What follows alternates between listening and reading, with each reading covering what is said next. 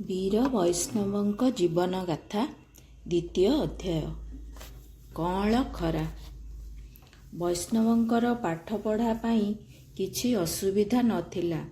ପ୍ରଥମେ ଘର ପାଖ ପାଠଶାଳା ଓ ପରେ ଜର୍ଜ ଉଚ୍ଚ ପ୍ରାଇମେରୀ ସ୍କୁଲରେ ଶିକ୍ଷାଲାଭର ବ୍ୟବସ୍ଥା ହୋଇଥିଲା। ଗଡ଼ଜାତ ରାଜ୍ୟମାନଙ୍କରେ ଶିକ୍ଷା ବିକାଶର ମାର୍ଗ ପ୍ରଶସ୍ତ ନଥିଲା। ଇଂରେଜ ଶାସନାଧୀନ ବ୍ରିଟିଶ ଓଡ଼ିଶାରେ ଶିକ୍ଷା ପ୍ରସାର ଘଟୁଥିଲା। ଗଡ଼ଜାତ ରାଜ୍ୟର ଶିକ୍ଷା ପ୍ରସାର ସେଠାକାର ଦରବାର ଶାସନର ଦୃଷ୍ଟିକୋଣ ଉପରେ ନିର୍ଭର କରୁଥିଲା। ପାଠ ପଢ଼ି ଲୋକେ ଚାଲାକ ଚତୁର ହେଲେ ଭବିଷ୍ୟତରେ ବିପଦ ସୃଷ୍ଟି କରିବେ, ଏପରି ଯେଉଁ ରାଜ୍ୟ ପ୍ରଶାସନର ବିଚାର ଥିଲା, ସେଠାରେ ଶିକ୍ଷା ସଙ୍କୁଚିତ ଅବସ୍ଥାରେ ରହିବା ସ୍ୱାଭାବିକ।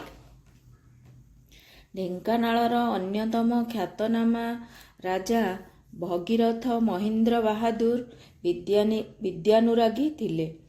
ଓଡ଼ିଶାର ଅନେକ ବରପୁତ୍ରଙ୍କ ସହିତ ତାଙ୍କର ଘନିଷ୍ଠତା ଥିଲା। ରାଜା ସୁରପ୍ରତାପଙ୍କ ଅମଳରେ ମଧ୍ୟ ଶିକ୍ଷା ବିସ୍ତାର ଲାଭ କରିଥିଲା।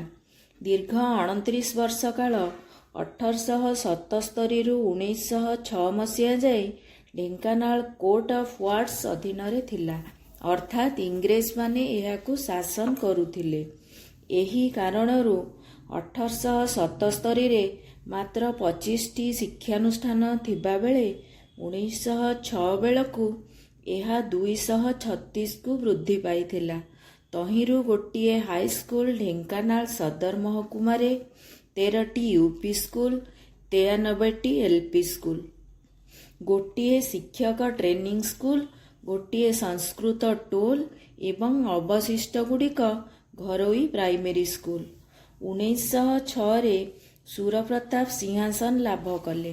1912ରେ ଇଂଲଣ୍ଡର ରାଜା ପଞ୍ଚମ ଜର୍ଜଙ୍କ ଭାରତ ଆଗମନର ସ୍ମୃତିରେ ଗଡ଼ର ୟୁପି ସ୍କୁଲଟି ଜର୍ଜ ସ୍କୁଲ ନାମରେ ନାମିତ ହେଲା। ବୈଷ୍ଣବ ସେହି ସ୍କୁଲରେ ପଢ଼ୁଥିଲେ। ବୈଷ୍ଣବ ପିଲାଦିନେ ଖୁବ୍ ଦୁଷ୍ଟ ଓ ଚଗଲା ଥିଲେ। ଏହି କାରଣରୁ ପାଠପଢ଼ା ଆରମ୍ଭ କରିବା ବିଳମ୍ବ ହୋଇଥିଲା। ସିଲଟ ଭାଙ୍ଗୁ ବାପା ମରୁ, ଏହା ଥିଲା ତାଙ୍କର ପିଲାଦିନର ସ୍ଲୋଗାନ। ଦୁଷ୍ଟାମିର ସାମାନ୍ୟ ଅଭ୍ୟାସ ଗୋଟିଏ ଛୋଟ ଘଟଣାରୁ ଜଣାପଡ଼େ। ଘଟଣାଟି ଏହିପରି। 1921 ମସିହା କଥା। ଏହା ଦେଶର ଇତିହାସରେ ଗୋଟିଏ ଘଡ଼ିସନ୍ଧି ସମୟ। ମୋହନ ଦାସ କରମଚାନ୍ଦ ଗାନ୍ଧୀ ଦକ୍ଷିଣ ଆଫ୍ରିକାରୁ 1915ରେ ଫେରିଥାନ୍ତି। ସତ୍ୟ ଅହିଂସା ଭିତ୍ତିରେ ସେ ଦକ୍ଷିଣ ଆଫ୍ରିକାରେ ଖୁବ୍ ନାଁ କରିଥାନ୍ତି। 1920ରେ ଭାରତର ସ୍ୱାଧୀନତା ସଂଗ୍ରାମର ନେତୃତ୍ୱ ତାଙ୍କ ହାତରେ। ଅସହଯୋଗ ଆନ୍ଦୋଳନ ଆରମ୍ଭ ହୋଇଥାଏ ଦେଶସାରା। ତାଙ୍କ ଡାକରେ ସ୍କୁଲର ପିଲାମାନେ, କଚେରୀର ଓକିଲମାନେ ଓ ସରକାରୀ କର୍ମଚାରୀମାନେ ସ୍କୁଲ, କଚେରୀ ଓ ଅଫିସ ବର୍ଜନ କରୁଥାନ୍ତି। ଦେଶ ଉଠୁଥାଏ, ପଡ଼ୁଥାଏ। ଦେଶବ୍ୟାପୀ ଲୋକେ ସମୁଦ୍ର ଲହଡ଼ି ଭଳି ରାସ୍ତାକୁ ଓହ୍ଲାଇ ଆସୁଥାନ୍ତି ଇଂରେଜ ଶାସନର ବିରୋଧ କରି। ଢେଙ୍କାନାଳ ହାଇସ୍କୁଲର ଶିକ୍ଷକ ଓ ଛାତ୍ରମାନଙ୍କ ମଧ୍ୟରେ ରାଜନୈତିକ ଚେତନା ଥାଏ। କେତେକ ଆଦର୍ଶ ଶିକ୍ଷକ ସତ୍ୟବାଦୀ ବକୁଳବନ ହାଇସ୍କୁଲରୁ ଏବଂ କେତେକ ଶିକ୍ଷକ ବିପ୍ଳବର ଭୂମି ବଙ୍ଗଳାରୁ ଆସିଥାନ୍ତି। ହାଇସ୍କୁଲର କିଛି ଛାତ୍ର ଅସହଯୋଗ ଆନ୍ଦୋଳନରେ ପ୍ରଚୋଦିତ ହୋଇ ସ୍କୁଲ ବର୍ଜନ କରିଥାନ୍ତି। ସେମାନଙ୍କ ମଧ୍ୟରେ ଅଲେଖ ପ୍ରସାଦ ଦାସ ମୁଖ୍ୟ। ଶ୍ରେଣୀ ବର୍ଜନ କରି ସାଥୀମାନଙ୍କ ସହିତ ରାସ୍ତାରେ ଗୋଟାଏ ଛୋଟ ଶୋଭାଯାତ୍ରା ବାହାର କଲେ ସେ। ରାଜା ସୁରପ୍ରତାପଙ୍କ ମୃତ୍ୟୁର କେତେ ବର୍ଷ ପରର ଘଟଣା ଇଏ। ରାଜ୍ୟ ପୁଣି କୋର୍ଟ ଅଫ୍ ୱାର୍ଡସ ଅଧୀନରେ। ସାଙ୍ଗେ ସାଙ୍ଗେ ପୁଲିସ ପିଲାଙ୍କୁ ଘେରିଗଲେ, ଶୋଭାଯାତ୍ରା ଭାଙ୍ଗିଦେଲେ। ଗଡ଼ଜାତର ଶାନ୍ତ ପରିବେଶରେ ସ୍କୁଲ ପିଲାଙ୍କର ଏ କାଣ୍ଡ ସହରରେ ହଲଚଲ ସୃଷ୍ଟି କଲା। ସେତେବେଳକୁ ବୈଷ୍ଣବଙ୍କୁ ମାତ୍ର 7 ବର୍ଷ। ସେ ଜିଦ୍ କଲେ ଶୋଭାଯାତ୍ରା ଦେଖିବାକୁ ଯିବେ। ବାପା ବୁଝେଇଲେ, ମା ବୁଝେଇଲେ, ମାତ୍ର ସେ କିଛି ବୁଝିବାକୁ ପ୍ରସ୍ତୁତ ନଥିଲେ। ଏଥିରେ ମା ରାଗିଯାଇ ତାଙ୍କୁ ଗୋଟିଏ ଘରେ ବାହାରୁ କବାଟ ବନ୍ଦ କରି ରଖିଦେଲେ। ଘଟଣା ସିନା ଏଇଠି ଥମିଗଲା, ମାତ୍ର ବୈଷ୍ଣବ ଏଥିରେ ଭୀଷଣ ରାଗିଗଲେ। ଦିନସାରା ଚୁପ୍ ହୋଇ ବସି ରହିଲେ ସେ ଘରେ। ଖାଇଲା ବେଳକୁ ଡାକିବାରୁ ସେଠୁ ଉଠିଲେ ନାହିଁ କି ଖାଇଲେ ନାହିଁ। ମାଙ୍କ ଅଲକ୍ଷ୍ୟରେ ଘରୁ ମାଣ ଖଟୁଲି ଲକ୍ଷ୍ମୀ ଠାକୁରାଣୀଙ୍କୁ ଚୁପଚାପ ଉଠେଇ ନେଇ କେତେବେଳେ ଘର ପଛ ବାରିଆଡ଼ ଅଳିଆ ଗଦାରେ ପୋତିଦେଲେ।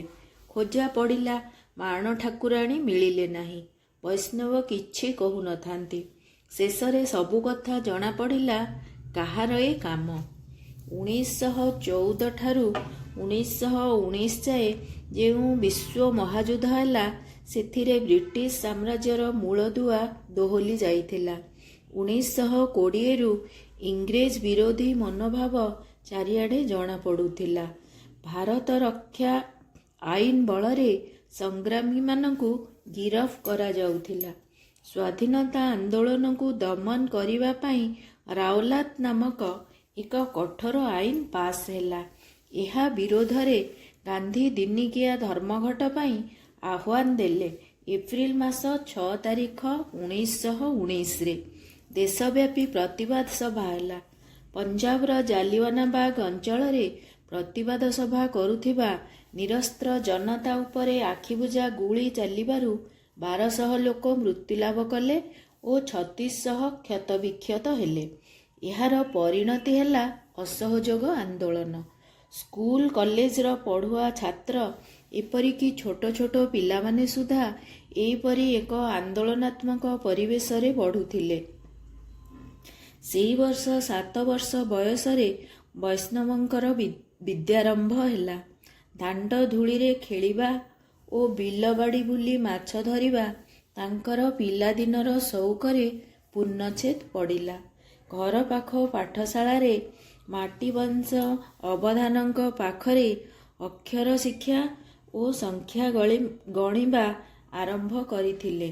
ସୁନ୍ଦର ସୁନ୍ଦର ହସ୍ତାକ୍ଷର ଲେଖିବା ପାଇଁ ମାଷ୍ଟରଙ୍କ ହାତରୁ ଆଙ୍ଗୁଳି ଗଣ୍ଠିରେ ପାହାର ଖାଇବା ବୁଢ଼ା ହେବା ଯାଏ ତାଙ୍କର ମନେ ଅଛି। ଫଳରେ ଅତି ସୁନ୍ଦର ହସ୍ତାକ୍ଷର ଲେଖିବା, ସୁନ୍ଦର ସୁନ୍ଦର ଚିତ୍ର କରିବା ଓ ସୁଲଳିତ କଣ୍ଠରେ ଗୀତ ବୋଲିବା କ୍ଷେତ୍ରରେ ତାଙ୍କର ଖୁବ୍ ପାରଦର୍ଶିତା ଥିଲା। ୟୁପି ସ୍କୁଲରେ ପଢ଼ୁଥିଲା ବେଳେ ତାଙ୍କର ଏଇ ଗୀତଟି ଅତି ପ୍ରିୟ ଥିଲା। ଶାକ୍ୟ ସିଂହ ଯେଉଁ ଦେଶେ ଗଳାହାର କାଢ଼ି, ସୁତଦାରା ପରିବାର ସବୁ ଆଶା ଛାଡ଼ି, ଚାଲିଗଲେ ପର ଦୁଃଖ ବୁଝାଇବା ପାଇଁ, ସେ ଦେଶେ ଜନମ ମୁହିଁ ନେଇଅଛି ଭାଇ। ଯେ ଦେଶରେ ଦୟାଶୀଳ ଅଶୋକ ରାଜନ, ନ୍ୟାୟ ବଳେ ସତ୍ୟ ବଳେ କରି ରାଜପଣ, ମନ୍ଦିରେ ମନ୍ଦିରେ ପ୍ରତି ଶୈଳ ଖୋଲରେ, ଲେଖିଗଲେ ଯିବେ ଦୟା ଅକ୍ଷରେ ଅକ୍ଷରେ, ସେ ଦେଶର ଜଳବାୟୁ ଗଢ଼ିଅଛି ମୋତେ, ସେ ଦେଶକୁ ମୁହିଁ ଅବା ଭୁଲିବି କେମନ୍ତେ। ଯେ ଦେଶେ ଦଧିଚି ମୁନି ଦେବତାଙ୍କ ପାଇଁ, ଦାନ କଲେ ନିଜ ଅସ୍ଥି ମନା କଲେ ନାହିଁ, ସେ ଦେଶେ ଜନମ ମୁହିଁ ନେଇଅଛି ଭାଇ, କିପରି ରଖିବି ମୋର ମନକୁ ଭୁଲାଇ। ଯେ ଦେଶରେ ଅଭିମନ୍ୟୁ ଧ୍ରୁବ ପ୍ରହଲ୍ଲାଦ, ବାଳକ ବୀରେ ସାଧିଲେ ସାଧନା ଅଗାଧ, ଯେଉଁମାନେ ନିଜ ପ୍ରାଣ ଦେଲେ ପର ପାଇଁ, ଧନ୍ୟ ହେଲି ସେହି ଦେଶେ ଜନମି ମୁଁ ଭାଇ। ବୈଷ୍ଣବ ଅତି ଚାଲାକ ଓ ଚଞ୍ଚଳ ଥିବାରୁ ଶ୍ରେଣୀ ମନିଟର ଥିଲେ। ମନିଟର ହିସାବରେ ସହପାଠୀମାନଙ୍କୁ ଠିଆ କରାଇବା, ଗୋଡ଼ି ଉପରେ ଆଣ୍ଠେଇ ଦେବା ଇତ୍ୟାଦି ଖୁବ୍ ମଜା ଲାଗୁଥିଲା ତାଙ୍କୁ। ତାଙ୍କର ସହପାଠୀ ଥିଲେ ଦୟାନିଧି ପଟ୍ଟନାୟକ ଓ ଗତିକୃଷ୍ଣ ଭଞ୍ଜ। ସେମାନଙ୍କ ଭିତରେ ପାଠରେ ପ୍ରତିଯୋଗିତା ହେଉଥିଲା। କେତେବେଳେ କିଏ ଆଗକୁ ଯିବ କହି ହେଉନଥିଲା। 1927 ମସିହାରେ ଜର୍ଜ ସ୍କୁଲରୁ ଉଚ୍ଚ ପ୍ରାଥମିକ ବୃତ୍ତି ପରୀକ୍ଷା ଦେବାକୁ ସେମାନେ ଯାଇଥିଲେ। ବୈଷ୍ଣବ ଏହି ପରୀକ୍ଷାରେ ସମସ୍ତଙ୍କୁ ଟପି ଯାଇ ସାରା ଢେଙ୍କାନାଳ ଷ୍ଟେଟରେ ପ୍ରଥମ ସ୍ଥାନ ଅଧିକାର କରି ବୃତ୍ତିଲାଭ କରିଥିଲେ। ଦୟାନିଧି ଥିଲେ ଅଳ୍ପଭାଷୀ ଏବଂ ଧୀର ପ୍ରକୃତିର। ବୈଷ୍ଣବଙ୍କର ତାଙ୍କ ପ୍ରତି ଖୁବ୍ ଶ୍ରଦ୍ଧା ଓ ସ୍ନେହ ଥିଲା। ଗତିକୃଷ୍ଣ ଥିଲେ ତାଙ୍କର ପ୍ରିୟ ସଖା। 2 ଜଣ ସ୍କୁଲରୁ ଆସିଲା ପରେ ଗତିକୃଷ୍ଣଙ୍କ ଘର ଢିଙ୍କିଶାଳେ ବସି ନାନାଦି ଗପ କରୁଥିଲେ। ଜାତୀୟ ସଙ୍ଗୀତ ବୋଲୁଥିଲେ। ତାଙ୍କ ଉପର ଶ୍ରେଣୀରେ ପଢ଼ୁଥିଲେ ଲକ୍ଷ୍ମୀଧର ସାହୁ ଓ ହରମୋହନ ପଟ୍ଟନାୟକ। ଲକ୍ଷ୍ମୀଧର ଥିଲେ ଉଜ୍ଜ୍ୱଳ ହୀରାଖଣ୍ଡେ। ପିଲାଦିନୁ ସେ ଦାର୍ଶନିକ ପରି ଧୀରସ୍ଥିର ଥିଲେ। ପାଠ ପଢ଼ାରେ ଅପ୍ରତିଦ୍ୱନ୍ଦ୍ୱୀ। ସବୁ ଶିକ୍ଷକ ଲକ୍ଷ୍ମୀଧରଙ୍କୁ ଭଲ ପାଉଥିଲେ। ହରମୋହନ ଡବଡବ କହିଲାବାଲା। ସବୁ ପିଲାଙ୍କ ସହ ତାଙ୍କର ମଧୁର ସମ୍ପର୍କ। ରାଜା ସୁରପ୍ରତାପଙ୍କ ପୁଅମାନେ ମଧ୍ୟ ସେତେବେଳେ ପଢ଼ୁଥିଲେ। ହରମୋହନଙ୍କର ସେମାନଙ୍କ ସହ ମଧ୍ୟ ବନ୍ଧୁତା ଥିଲା। 1928 ମସିହାରେ ଜର୍ଜ ସ୍କୁଲ ପାଠ ସାରି ଢେଙ୍କାନାଳ ହାଇସ୍କୁଲରେ ନାଁ ଲେଖାଇଲେ ବୈଷ୍ଣବ।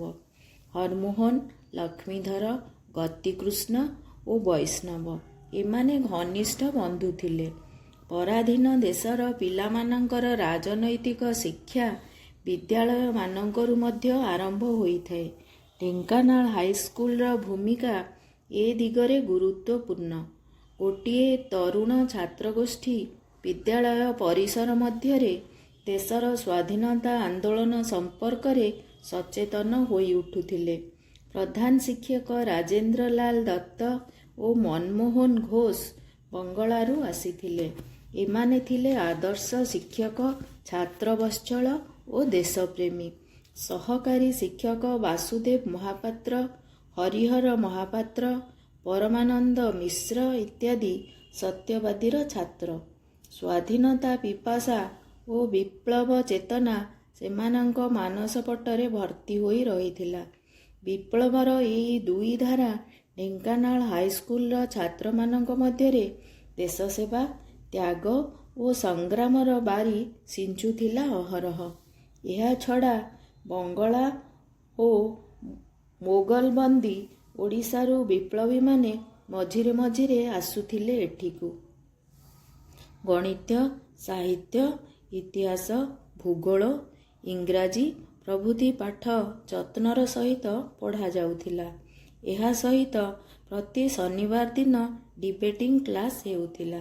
ସେଥିରେ ଛାତ୍ରମାନଙ୍କୁ ନିର୍ଭୟରେ ଓ ସ୍ୱାଧୀନ ଭାବରେ ମତବ୍ୟକ୍ତ କରିବାକୁ ଉତ୍ସାହିତ କରାଯାଉଥିଲା। ସାମ୍ରାଜ୍ୟବାଦ, ସାମ୍ୟବାଦ, ଗଣତନ୍ତ୍ର, ମୌଳିକ ଅଧିକାର, ଦାୟିତ୍ୱମୂଳକ ଶାସନ ଇତ୍ୟାଦି ବିଷୟ ଉପରେ ଆଲୋଚନା ହେଉଥିଲା। ଇଟାଲୀର ଏକୀକରଣ ଓ ଜର୍ମାନୀ ଏକୀକରଣ କଥା ମଧ୍ୟ ପଡ଼ୁଥିଲା।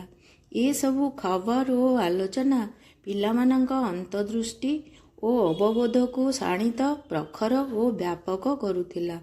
ଭାରତର ଇତିହାସ ଆଲୋଚନା ବେଳେ ସାମ୍ରାଜ୍ୟବାଦୀମାନେ କିପରି ଭାରତକୁ ଛଳ କପଟରେ ଅଧିକାର କଲେ ଓ ଶୋଷଣର ବିପଣି ମେଲିଲେ ତାହା ମଧ୍ୟ ପିଲାମାନେ ଜାଣୁଥିଲେ। ଗୋଟାଏ ଦେଶ ପରାଧୀନ ହେଲେ ଯେଉଁ ଦୁର୍ଦ୍ଦଶା ଭୋଗିବାକୁ ହୁଏ, ଛାତ୍ରମାନଙ୍କର ଘରେ ଘରେ ସେ ଅବସ୍ଥା ସେମାନେ ଅଙ୍ଗେ ନିଭାଉଥିଲେ। ଏଥିରୁ ରାଜନୈତିକ ଚେତନା ପ୍ରସ୍ଫୁଟିତ ହେବାକୁ ଲାଗିଲା। ଷଷ୍ଠ, ସପ୍ତମ ଓ ଅଷ୍ଟମ ଶ୍ରେଣୀ ଏହିପରି ବିତିଗଲା। ନବମ ଶ୍ରେଣୀ ବେଳକୁ 1931 ମସିହା। 1929 ମସିହା ଡିସେମ୍ବର 31 ତାରିଖ ଦିନ ଲାହୋର କଂଗ୍ରେସରେ ପୂର୍ଣ୍ଣ ସ୍ୱରାଜ ପ୍ରସ୍ତାବ ପାସ୍ ହୋଇଗଲା। 1930 ମସିହା ଜାନୁଆରୀ 30 ତାରିଖରେ ଦେଶସାରା ପୂର୍ଣ୍ଣ ସ୍ୱରାଜ ବା ସ୍ୱାଧୀନତା ଦିବସ ପାଳିତ ହେଲା। ଦେଶର ସବୁଆଡ଼େ ନରନାରୀ ସ୍ୱାଧୀନତା ଶପଥ ଗ୍ରହଣ କଲେ। ସେହି 1930ରେ ଆରମ୍ଭ ହେଲା ଆଇନ ଅମାନ୍ୟ ଆନ୍ଦୋଳନ। ଗାନ୍ଧୀ ସାବରମତୀ ଆଶ୍ରମରୁ ବାହାରି ଦୀର୍ଘ 24 ଦିନର ପଦଯାତ୍ରା ପରେ ଦାଣ୍ଡି ସମୁଦ୍ରକୂଳରେ ନିଜେ ଲୁଣ ମାରିଲେ ସମୁଦ୍ର ପାଣିରୁ। ଏହି ଲବଣ ସତ୍ୟାଗ୍ରହ ଆନ୍ଦୋଳନରେ ସ୍ତ୍ରୀ, ପୁରୁଷ, ଯୁବକ, ବୃଦ୍ଧ, ଧନୀ, ଦରିଦ୍ର ସହସ୍ର ସହସ୍ର ସଂଖ୍ୟାରେ ଲବଣ ଆଇନ ଭାଙ୍ଗି ଲୁଣ ମାରିଲେ। ଗାନ୍ଧୀଙ୍କ ସମେତ 1 ଲକ୍ଷ ଭାରତୀୟ ଗିରଫ ହୋଇ ଜେଲକୁ ଗଲେ। ଏହାର ପ୍ରଭାବ ଗଡ଼ଜାତ ରାଜ୍ୟ ଢେଙ୍କାନାଳରେ ପଡ଼ୁଥିଲା। ବିଶେଷ କରି ହାଇସ୍କୁଲର ଶିକ୍ଷକ ଓ ଛାତ୍ରମାନେ ଏଥିରେ ଅନୁପ୍ରାଣିତ ହୋଇଥିଲେ। ମାତ୍ର ଆନ୍ଦୋଳନରେ ସାମିଲ ହେବାର ସୁଯୋଗ ନଥିଲା। ଭାରତରେ 600 ଦେଶୀୟ ରାଜ୍ୟ ବ୍ରିଟିଶ ଇଣ୍ଡିଆଠାରୁ ପୃଥକ୍ ଥିଲେ। ସେଠାରେ ଶାସକମାନେ ବ୍ରିଟିଶ ସରକାରଙ୍କୁ କର ଦେଇ ନିଜେ ଶାସନ କରୁଥିଲେ। ଦେଶୀୟ ରାଜ୍ୟରେ କଂଗ୍ରେସ ଆନ୍ଦୋଳନ ନ କରିବା ପାଇଁ ଗାନ୍ଧିଜୀଙ୍କ ପରାମର୍ଶ କ୍ରମେ କଂଗ୍ରେସ ନିଷ୍ପତ୍ତି ନେଇଥିଲା। ଦେଶୀୟ ରାଜ୍ୟ ବ୍ୟାପାରରେ କଂଗ୍ରେସ ହସ୍ତକ୍ଷେପ କରିବ ନାହିଁ। ଏହା ଥିଲା ଗାନ୍ଧୀଙ୍କର ଅଣ-ହସ୍ତକ୍ଷେପ ନୀତି, ପଲିସି ଅଫ୍ ନନ୍ ଇଣ୍ଟରଫିୟରେନ୍ସ। ଗଡ଼ଜାତରେ ତେଣୁ କଂଗ୍ରେସ ଅନୁଷ୍ଠାନ ନଥିଲା। କଂଗ୍ରେସ ଆନ୍ଦୋଳନ ମଧ୍ୟ ନଥିଲା। ପାଖ ବ୍ରିଟିଶ ଇଣ୍ଡିଆର କଟକ, ବାଲେଶ୍ୱର, ପୁରୀ, ଅନୁଗୁଳ, ସମ୍ବଲପୁର ପ୍ରଭୃତି ଅଞ୍ଚଳରେ ଆଇନ ଅମାନ୍ୟ ଆନ୍ଦୋଳନ ଓ ଲବଣ ସତ୍ୟାଗ୍ରହ ଆନ୍ଦୋଳନ ଚାଲିଥିଲା ଜୋରସୋରରେ। ରାଜତନ୍ତ୍ର ଅଧୀନରେ ଲୋକେ ଥିଲେ ରାଜଭକ୍ତ, ଭୟାଳୁ ଏବଂ ଗରିବ।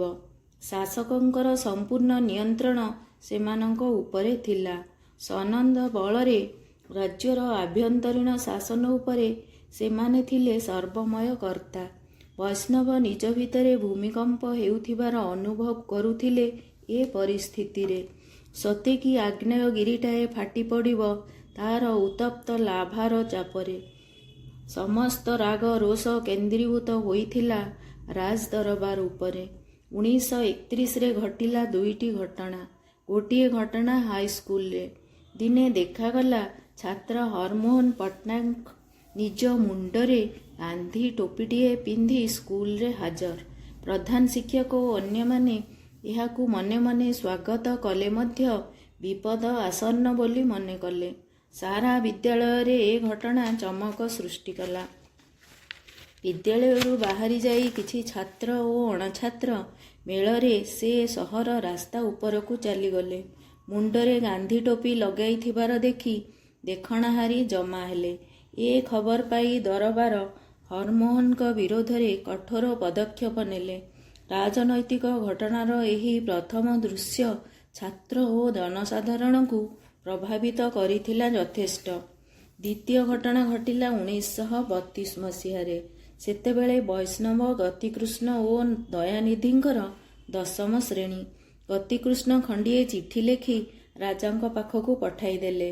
ସେଥିରେ କେତେକ ଅଭିଯୋଗ ଥିଲା। ଦିନେ ହଠାତ୍ ରାଜା ଘରୁ ଗାଡ଼ି ଆସି ଗତିକୃଷ୍ଣଙ୍କୁ ଧରି ନେଇଗଲା। ଢୋଲ ଘରେ ତାଙ୍କୁ ମାଡ଼ ଦିଆଗଲା। ମାତ୍ର ଅଭିଯୋଗଗୁଡ଼ିକ ସତ୍ୟ ବୋଲି ସେ କହିଲେ। ତାଙ୍କ ବାପା ଫରେଷ୍ଟ ବିଭାଗରେ କାମ କରି ରୀତିମତ ଦରମା ପାଉନାହାନ୍ତି।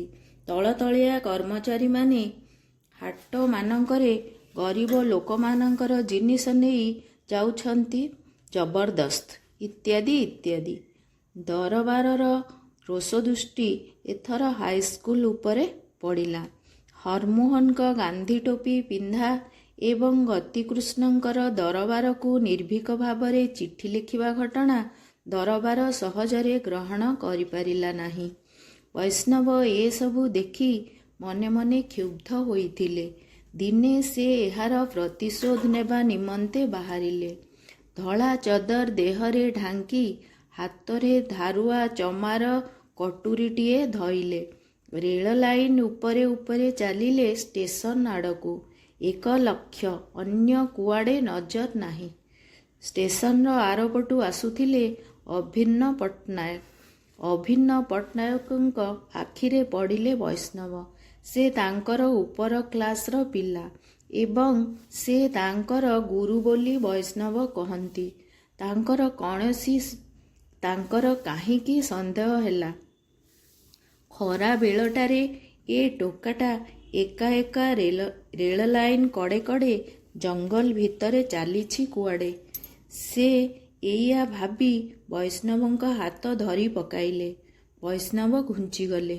ହାତ ଛାଡ଼ି ହୋଇଗଲା। ଅଭିନ୍ନ ପଚାରିଲେ, ଏତେବେଳେ କୁଆଡ଼େ ଯାଉଛୁ? ବୈଷ୍ଣବ ନୀରବ, କିଛି କହିଲେ ନାହିଁ। ସେ ଏକ ପ୍ରକାର ଉତ୍ତେଜନାରେ ଥରୁଥିଲେ। ତାଙ୍କ ନାକପୁଡ଼ାରୁ ଘନ ଘନ ନିଶ୍ୱାସ ବାହାରୁଥିଲା। ଆଖିରେ ରୋଷର ଅଗ୍ନି। ଅଭିନ୍ନ ପୁଣି କହିଲେ, ଆଜି ରାଜା ସାହେବ ଗଡ଼କୁ ଫେରୁଛନ୍ତି। ଷ୍ଟେସନରେ ପୋଲିସ ଭର୍ତ୍ତି। କାହାରିକୁ ଛଡ଼ାଯାଉ ନାହିଁ ଭିତରକୁ। ତୁ କୁଆଡ଼େ ଯାଉଛୁ? ମୁଁ ତ ସେଇଥିପାଇଁ ଯାଉଛି। ଅଭିନ୍ନ ତାଙ୍କୁ ପ୍ରଶ୍ନିଳ ଆଖିରେ ଚାହିଁଲେ। ବୈଷ୍ଣବ କହିଲେ, ମୁଁ ବହିରେ ପଢ଼ିଛି, ଫରାସୀ ରାଷ୍ଟ୍ର ବିପ୍ଳବ ପରେ ପରେ ଫ୍ରାନ୍ସର ରାଜା ଓ ରାଣୀଙ୍କୁ ଲୋକେ ଶୂଳୀରେ ଚଢ଼େଇ ମାରି ଦେଇଥିଲେ। ଏ ରାଜାକୁ କେହି ମାରିପାରୁ ନାହାନ୍ତି। ମୁଁ ଆଜି ତାକୁ ଏ ଧାରୁଆ କଟୁରୀରେ ଖତମ କରିଦେବି। ସୂର୍ଯ୍ୟାଲୋକରେ କଟୁରୀ ଚିକ୍ ଚିକ୍ କରୁଥିଲା ବୈଷ୍ଣବଙ୍କ ହାତରେ। ଅଭିନ୍ନ କହିଲେ, ସତ କଥା, ରାଜତନ୍ତ୍ର ଲୋପ ହେବା ଦରକାର। ଲୋକଙ୍କର ସବୁ ଦୁଃଖ କଷ୍ଟ ପାଇଁ ଏ ରାଜତନ୍ତ୍ର ହିଁ ଦାୟୀ। ମାତ୍ର ତୁ ରାଜାକୁ ମାରିଦେଲେ କ'ଣ ରାଜତନ୍ତ୍ର ଲୋପ ହୋଇଯିବ? ସେ ମଲେ ତା ପୁଅ ରାଜା ହେବ, ତାପରେ ତା ପୁଅ। ତେଣୁ ଗୋଟାଏ ରାଜାକୁ ମାରି ଲାଭ ନାହିଁ, ବରଂ ତୁ ଫାଶୀ ଖୁଣ୍ଟରେ ଝୁଲିବୁ। ତୁ ମଲେ ଦେଶ କାମ କରିବ କିଏ? ବୈଷ୍ଣବଙ୍କ ହାତର କଟୁରୀ ତଳକୁ ନଇଁ ଆସିଲା। ସେ ଭାବିଲେ, ସତେ ତ, ଗୋଟାଏ ରାଜାକୁ ମାରି ଲାଭ କ'ଣ? ତାଙ୍କର ନୀରବତାକୁ ଲକ୍ଷ୍ୟ କରି ଅଭିନ୍ନ ପଟ୍ଟନାୟକ କହିଲେ, ଏବେ ଘରକୁ ଫେରିଯା। ଲୋକମାନଙ୍କୁ ରାଜତନ୍ତ୍ର ବିରୋଧରେ ସଂଗଠିତ କର। ଆନ୍ଦୋଳନ ଛିଡ଼ା ହେଉ ରାଜତନ୍ତ୍ର ବିରୋଧରେ। ଜନ ଆନ୍ଦୋଳନ କରୁଛନ୍ତି ମହାତ୍ମା ଗାନ୍ଧୀ ଇଂରେଜମାନଙ୍କୁ ଦେଶରୁ ତଡ଼ିବା ପାଇଁ। ଆମ ଗଡ଼ଜାତରେ ସେହିପରି ଆନ୍ଦୋଳନ ହେବା ଦରକାର। ତୁ ଏଥିପାଇଁ ଲାଗିପଡ଼। ଏକଥା ମନକୁ ପାଇଲା। ବୈଷ୍ଣବ ଘରକୁ ଫେରିଆସିଲେ। ରାଜନୈତିକ ଚେତନା ନୂଆ ବାଟ ଧଇଲା। ମଝିରେ ମଝିରେ ସେ କଟକ ପଳାଇ ଯାଉଥିଲେ। ସେଇଦିନୁ ମଦ ଦୋକାନ ଆଗରେ ପିକେଟିଂ କରିବା ପାଇଁ, ଶୋଭାଯାତ୍ରାରେ ଯୋଗ ଦେବା ପାଇଁ। ଏପରିକି ଥରେ ଘର ଛାଡ଼ି ପଳେଇ ଗଲେ ବମ୍ବେ ଯାଏ, କାହାରିକୁ କିଛି ନ କହି କି ହାତରେ ପଇସାଟିଏ ନ ନେଇ। ଗାନ୍ଧୀ ସେତେବେଳେ ୟାରବାଡ଼ା କାରବାରରେ ଥାନ୍ତି। ସେଠିକୁ ମଧ୍ୟ ଯାଇଥିଲେ। 3 ମାସ କାଳ ଯାଯାବର ଭଳି ବୁଲି ଫେରିଆସିଲେ। ହାଇସ୍କୁଲରେ ପାଠପଢ଼ା ପ୍ରତି ଆଉ ସ୍ପୃହା ନଥିଲା। ପ୍ରଧାନ ଶିକ୍ଷକ ରାଜେନ୍ଦ୍ର ଲାଲ ଦତ୍ତ ରାଜାଙ୍କ ଦ୍ୱାରା ଅପମାନିତ ହୋଇ ସ୍କୁଲ ଛାଡ଼ିବା ଉପରେ ଥିଲେ। ପ୍ରତିଦିନ ବୈଷ୍ଣବ ସ୍କୁଲକୁ ଆସୁଥିଲେ। ଷ୍ଟେସନକୁ ଯାଉଥିଲେ ଖବରକାଗଜ ପଢ଼ିବା ପାଇଁ ଏବଂ ସେଠୁ ଆସି ରାଜନୈତିକ ଖବରମାନ ସ୍କୁଲର ବ୍ଲାକବୋର୍ଡରେ ଲେଖୁଥିଲେ। ଶହୀଦ ଭଗତ ସିଂ ଥିଲେ ବୈଷ୍ଣବଙ୍କ ହିରୋ। ତାଙ୍କୁ 1931 ମାର୍ଚ୍ଚ ମାସ 23 ତାରିଖରେ ଫାଶୀ ଦିଆଯାଇଥିଲା। ଭଗତ ସିଂଙ୍କର ଫାଶୀ ପାଇବା ପରେ ସେ ଅସ୍ଥିର ହୋଇପଡ଼ୁଥିଲେ। 1932 ମସିହାର ଆହୁରି ଏକ ଘଟଣା ବୈଷ୍ଣବଙ୍କ ଜୀବନରେ ଅଭୁଲା ହୋଇ ରହିଛି ବୋଲି ତାଙ୍କ ଉଦୟ ଭାଇ କହନ୍ତି।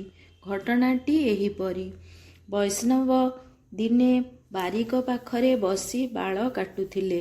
ପୋଲିସ କନେଷ୍ଟବଳ ଆସି ପହଞ୍ଚିଲା ସେଠି। ଥାନାକୁ ତାଙ୍କୁ ଡକାଯାଇଥିଲା। ଅଭିଯୋଗ ହୋଇଥିଲା ଯେ ରାଜାଙ୍କୁ ବ୍ରିଟିଶ ସରକାର ଧରି ନେଇଥିବା ଗୁଜବ ସେ ପ୍ରଚାର କରିଛନ୍ତି।